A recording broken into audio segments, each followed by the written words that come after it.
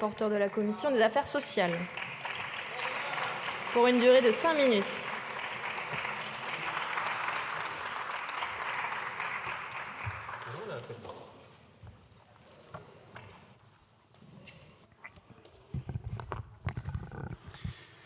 Madame la Présidente, collègues, ministres, alors on aurait pu nommer ce rapport Anatomie d'une chute ou la casse du siècle, mais malheureusement c'était déjà pris.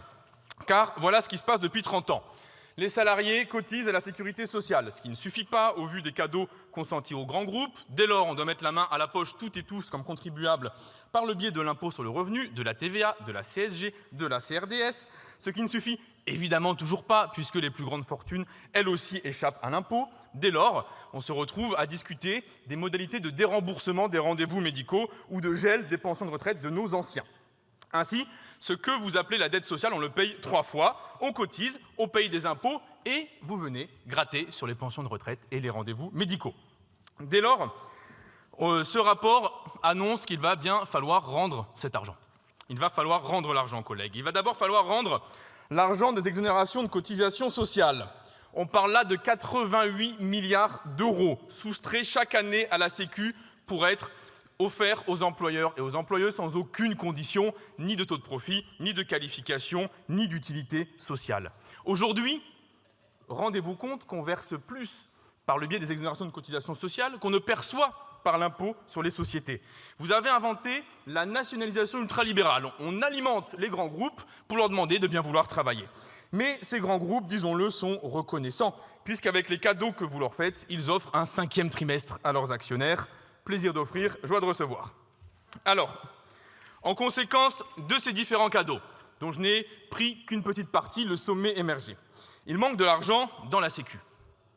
C'est l'objet de la construction, de l'invention du terme de dette sociale, puisque, années 90, patatras, arrive Alain Juppé, qui veut interdire à la sécurité sociale de résorber ses déficits comme elle le faisait alors, c'est-à-dire par le biais d'un emprunt auprès de la Caisse des dépôts. Pour lui, pour ce gouvernement, une telle manœuvre n'est pas assez pédagogique. Il faut afficher une dette sociale bien à part pour culpabiliser les gens, être sûr qu'ils se sentent mal d'aller bien. On a échappé de peu au compteur automatique de dette sur les biberons, mais ce n'est pas passé très loin. Ainsi, Alain Juppé décrète en 1996 le cantonnement de la dette sociale, c'est-à-dire qu'il crée une caisse, la CADES, Caisse d'amortissement de la dette sociale, qui bénéficie d'un impôt spécifique, la contribution au remboursement de la dette sociale. Si des gens dehors se demandent sur votre bulletin de paye, c'est ici, je l'ai surligné en jaune, vous pouvez mesurer ce que vous donnez à cette caisse, et ainsi qu'une part de CSG et du fonds de réserve des retraites, alors qu'on croyait jusque-là qu'il n'y avait plus d'argent pour les retraites. Grâce à cela, la CADES emprunte. Elle emprunte à moyen et à long terme sur les marchés financiers pour reprendre et apurer la dette des organismes de protection sociale. Une idée moderne, une idée novatrice, puisqu'elle vient de Poincaré en 1922, qui avait créé une telle caisse. Alors, le personnel, les personnes qui travaillent dans cette caisse font au mieux. Ils font au mieux jusqu'à aujourd'hui avec la tâche qu'on leur a confiée. Ils ont des taux d'intérêt assez bas. Ils n'ont jamais perdu pour l'instant l'argent à la loterie des marchés financiers. Mais, collègues, permettez-moi d'inverser la perspective. Si on avait mis ce qu'on leur donne dès le début dans la sécurité sociale, on n'aurait jamais eu besoin de verser ni intérêts financiers, ni commissions bancaires. Or, à combien s'élèvent ces intérêts et ces commissions bancaires depuis 1996 ? Ils s'élèvent à 75 milliards d'euros. Cela signifie que ces dépenses parasitaires, improductives, de la stricte intermédiation financière, ont coûté 6 années de déficit de la sécurité sociale. Alors, ça m'a fait penser à cette phrase de Montesquieu, en son temps, qui s'interrogeait, disant « Si les Tartares inondaient l'Europe, il faudrait bien des efforts pour leur expliquer ce qu'est un financier. » C'est vrai. Et mes collègues, désormais, on sait qu'un financier, c'est quelqu'un qui nous dépouille de 75 milliards d'euros sous vos applaudissements.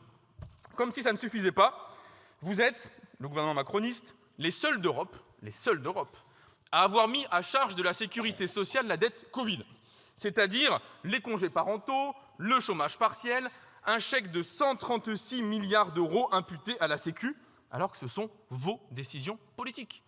Personne d'autre n'a fait ça en Europe. On croyait avoir les Mozart de la finance, on finit avec les Madoff de la Sécu. Alors, je connais bien la sérénade, elle a été dite peu de temps avant. On nous dit « les générations futures vont payer ». Mes collègues, mais oui, mais non. Si une génération entière paye, à qui paye-t-elle ? Si toute la génération paye, elle ne paye pas la Lune, elle ne paye pas à Mars. c'est qu'il y a des gens qui payent et d'autres qui reçoivent. Et donc, en conséquence, ce sont les enfants d'ouvriers qui verseront des intérêts aux enfants de rentiers qui, eux, détiennent les titres de la dette publique. Et, collègues, si jamais cela vous turlupine, si cela vous empêche de dormir, eh bien, je pourrais conclure en vous disant « taxez les riches ». Merci, Monsieur Clouet. La parole est maintenant à Monsieur Frédéric Valletoux, président de la Commission des affaires sociales.